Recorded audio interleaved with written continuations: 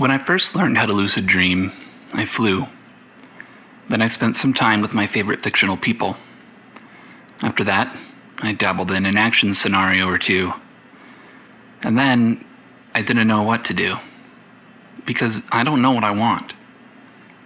None of us do.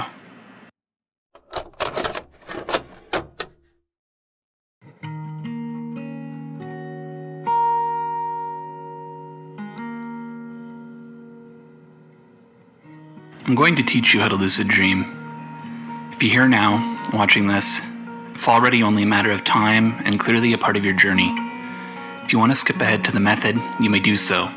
But I want you to leave this tape with a broader understanding of the practice. So, if you'll allow, stick with me here and consider the following. Imagine you are like a god, immaterial and in between lifetimes. You may choose your next incarnation. I suppose you might choose someone wealthy, an easy life full of privilege and the pleasures of the flesh. When that is over, you may choose again. Maybe this time you choose a life of great struggle, one where nothing comes easy, but the satisfaction of your accomplishments is tenfold those of the previous life. Suppose you die once more, and still have not found what you were searching for. How many more incarnations would you detail? How many more attempts at scripting the perfect life would you attempt before you gave up? When you finally surrender, turn your head to the sky and admit you have no idea what you want, much less what would be best for you. When you choose the path of lucid dreaming, one of many paths you shall take in this life, you are faced with this exact predicament. You are given carte blanche. Anything you desire is yours. Pleasure, pain, fear, and love. It is only temporary, as all things are, but if you can imagine it, you can have it. What will you summon? What will you take in the hands of your mind's eye, and how many structures will you create before you learn the lesson? That you don't really know what you want, or even why you want it. To come from this place is to lucid dream only to satisfy the ego. And of course, if you've ever taken the time to observe it, the ego never stays satisfied for long. It is a tool to aid you in your survival. A racing mind meant to protect and predict, stuck in the Stone Age while you rest safely in the comfort of your own bed. So many teachers reach out to entice and titillate with promises of pleasure and power in your dreams, but before long you will tire of both. So why bother? If you are on the path of change and have awoken to the karmic ties you carry, you can begin to see lucid dreaming less as a novelty or toy and more as a tool, a way to find yourself, see who you are in another skin, from a new perspective.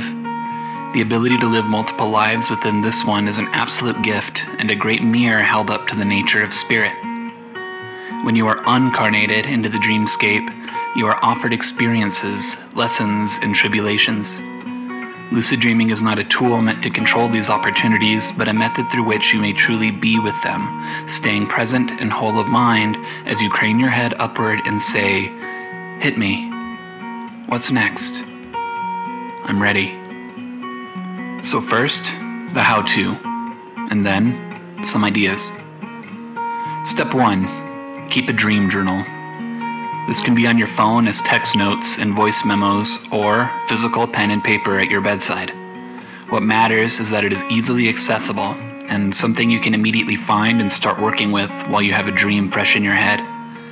They fade quickly, so get to work.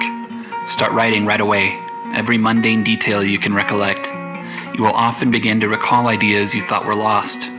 Strengthen this skill and you will train your mind to pay attention during dreams, an essential milestone. Step 2. Begin a meditation practice. It doesn't matter how long or how frequent, but make it a habit. While meditation comes in many shapes, learning to focus on one single thing within your awareness, such as your breath or the flame of a candle, fosters your overall awareness. Learn to see your thoughts not as yours, but something that happens to you, which you can choose to identify with or release. Strengthen this skill, and you will begin to carry this increased awareness with you everywhere, including the dream world. Your dream self will begin to mirror your waking self, and with your new ability to both pay attention and stay aware in a dream, lucidity is only one small step away. Step 3. Learn to recognize a dream by challenging reality. This step is not necessary for everyone, but an easy trick to bridge the gap if you're still having trouble. In your waking life, periodically ask yourself, am I dreaming? Look around. Become aware. What do you hear, see, taste, and feel? Decide you are indeed awake and return to life. Make this a habit, becoming aware, waking up in one extra layer, and your dream self will follow. They will stop and question if they are awake, take inventory of their senses, and inevitably decide they are dreaming. You are dreaming. And lucidity begins. If you've been down this road before, you'll notice I skipped the catchy acronyms. I don't want to wow you with easy answers and simple tricks. I want to help you achieve your goals through habit and dedication. If you treat the practice with reverence, you will always get more out of it. Life will change as you increase your range of experience and practice of practical awareness. What comes next is a somnolent curriculum. You may practice control here, shapeshift, change your setting, create lovers and friends, challenges and thrills.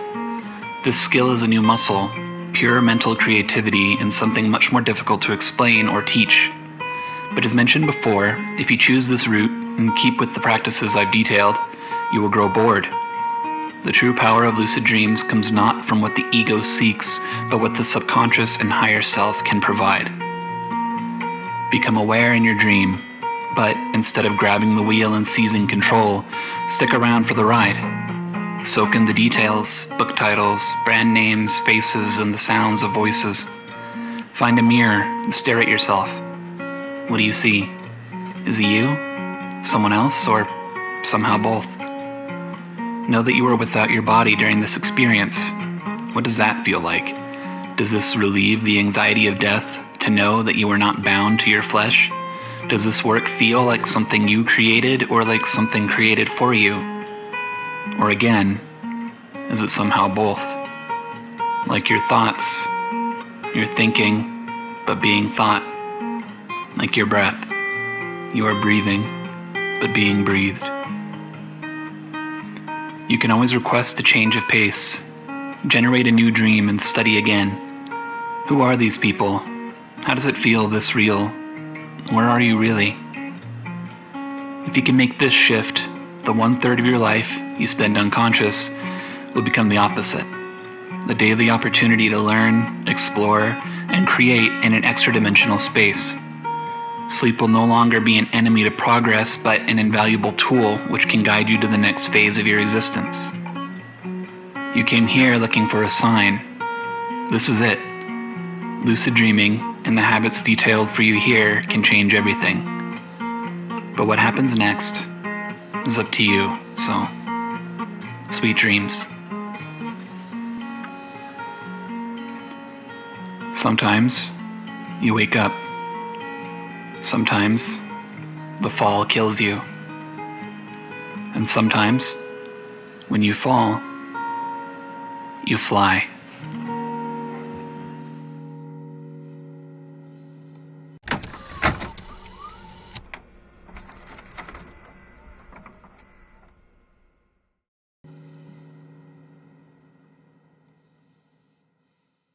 Hey, thank you for watching that. I am curious to hear, are you a lucid dreamer? What do you think? Do you appreciate the no-nonsense approach, or do you prefer all the silly little acronyms that the internet typically provides? Feel free to offer your experiences or your own personal advice down below if you think that lucid dreaming is a worthwhile endeavor. I want to say thank you to everyone who watched this video. Like if you liked it, please subscribe. And I also want to give a huge shout out to my patrons. Thank you guys so much. Really appreciate you. And if you're interested in becoming a patron, please check it out. It's patreon.com/AmericanDragon. I produce a lot of music and artwork, things like that. And if you're interested, you sign up for $5 or more, I will send you a postcard every month in the mail that has some nice words written on it. Lots of gratitude flying around. So anyway, appreciate you. Hope you have a good day, and I will see you next time. See ya.